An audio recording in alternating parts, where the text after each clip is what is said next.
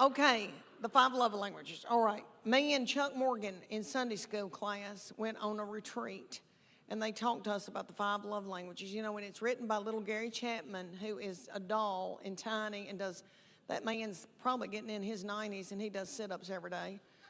And that little thing, and I got to meet him later. He was a doll. But anyway, the 5 love languages, if you don't know about that, you've got to get it. There was a 5 love languages for your marriage, and then there's one for your children. And you need to get that. Everybody's got a love language. And you take the test. You got to read the book and take the test. Well, you don't read the book. I didn't.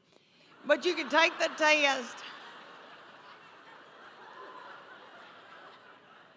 I like to read books about Hollywood murder.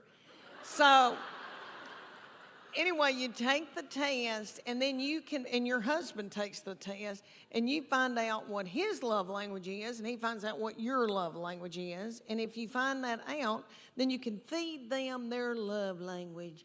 And then, so I can feed Chuck Morgan his love language, and then his love tank fills full. If I don't, he could go to work and be at a water fountain, and some whore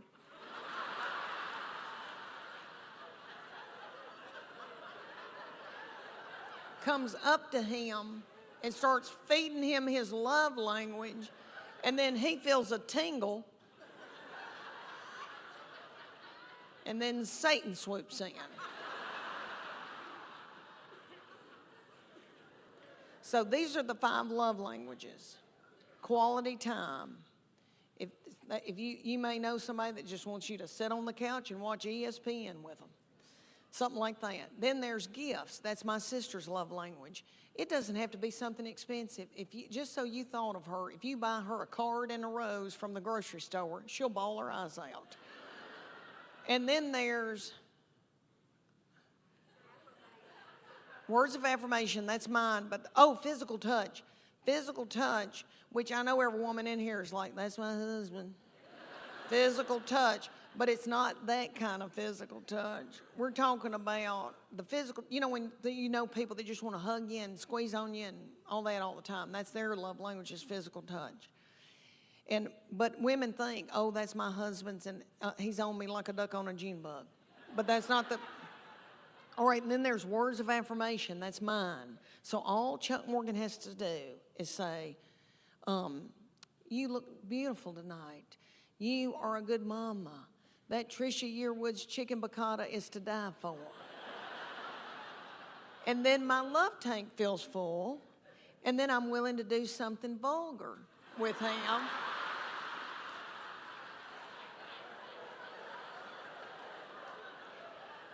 And then he gives me money to get my hair highlighted.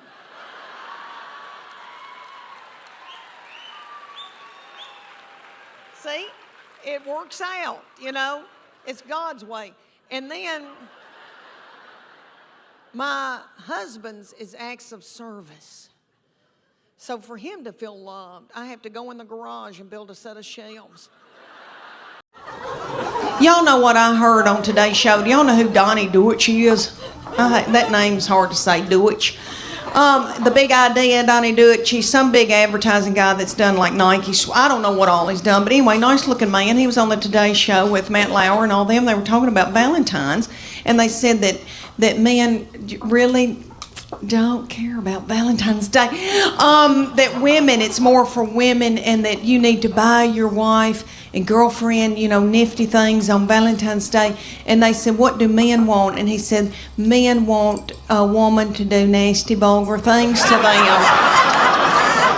And he said, you know, do a surprise, like dress up in something, an outfit, like a nursing outfit or a French maid. And I thought to myself, Lord, if I've got on a French maid outfit, I know Chuck, he'd say, Leanne, get some spick and span. We're going to fix these baseboards that you hadn't washed the whole time we've lived here.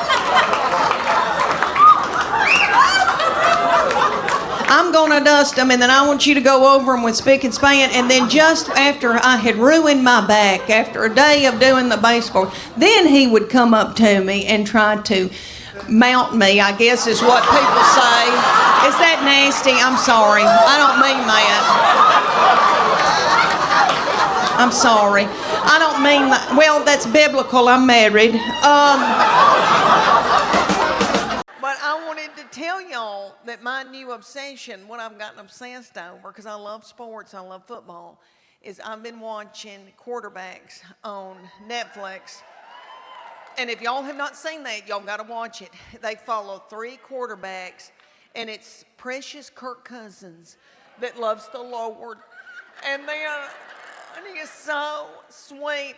And then it's that little Mariota man who is beautiful, and his wife, and he loves his baby, and he's yummy and sweet.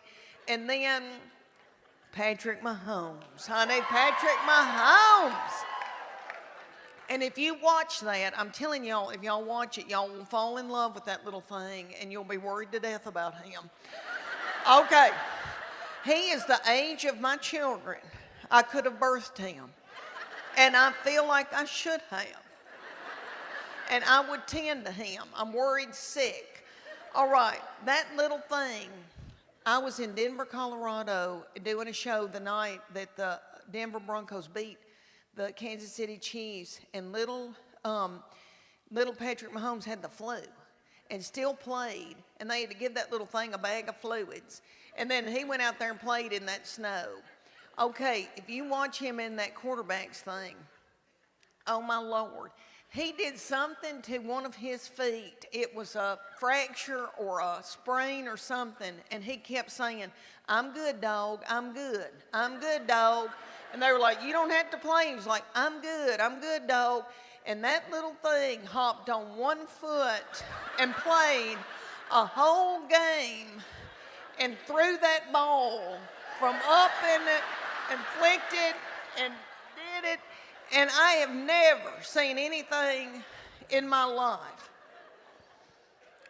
I'm worried about him because everybody around him, his family, if y'all not gotten into this, y'all need to do a deep dive into this bunch of yahoos. Honey, you talking about some yahoos. Okay. He's got a brother named Jackson who's a TikTok star.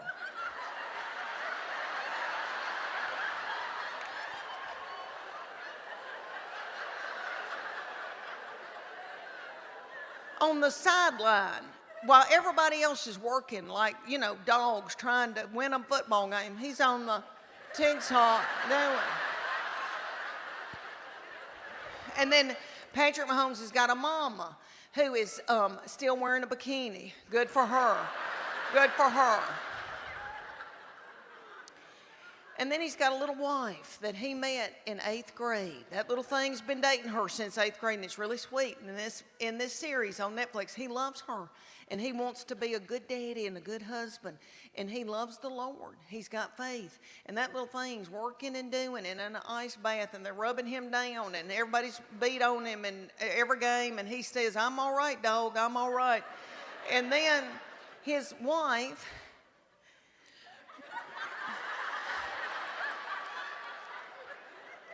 Brittany, needs attention,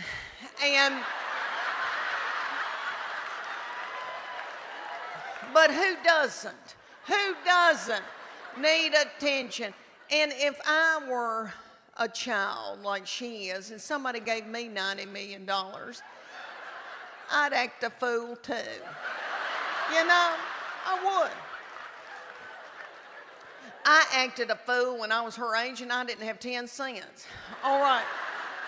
And you'll see on this series, like they're working on him, and he's playing with one foot and doing and barely hanging on and holding up everybody around him. And she is wanting to take selfies. And she's like, "Come over here, take this selfie."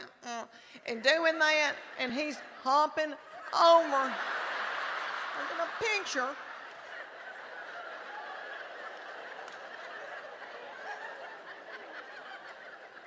And then, if y'all didn't know this, which I'm sure you have heard this, Kelsey and Taylor Swift. Taylor Swift is running the United States of America.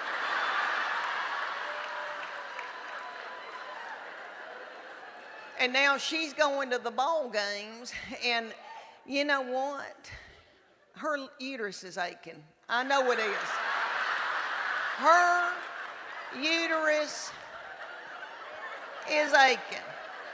And she wants a baby. She wants a baby. And it's time. It's time for her to want a baby. And she wants to breed with that big old Kelsey boy.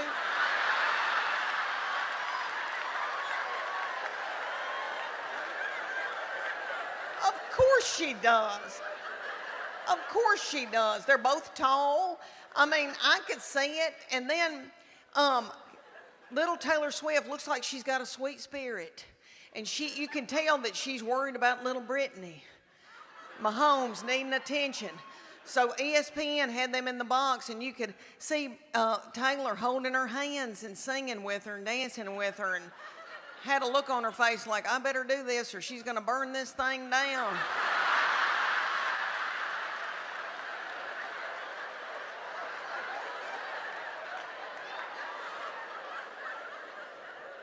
But don't y'all know that Taylor Swift looks at that big old Kelsey boy's mama and thinks, look at her, she's got on a sensible shoe.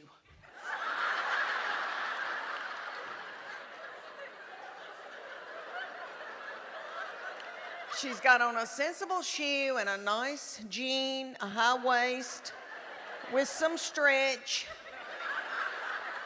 And don't you know that Taylor Swift is thinking, I know that little doll put in a pot roast in the crock pot before she came to this NFL football game so that they would have something to eat when this thing was over. And you know that his mama browned that roast in a skillet with flour.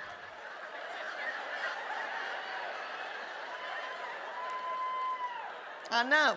Of course she wants to have a baby with him and his people. Anyway, thanks for letting me go off on that rant. It's just been on my mind. I'm worried sick. Thank y'all. I'm worried.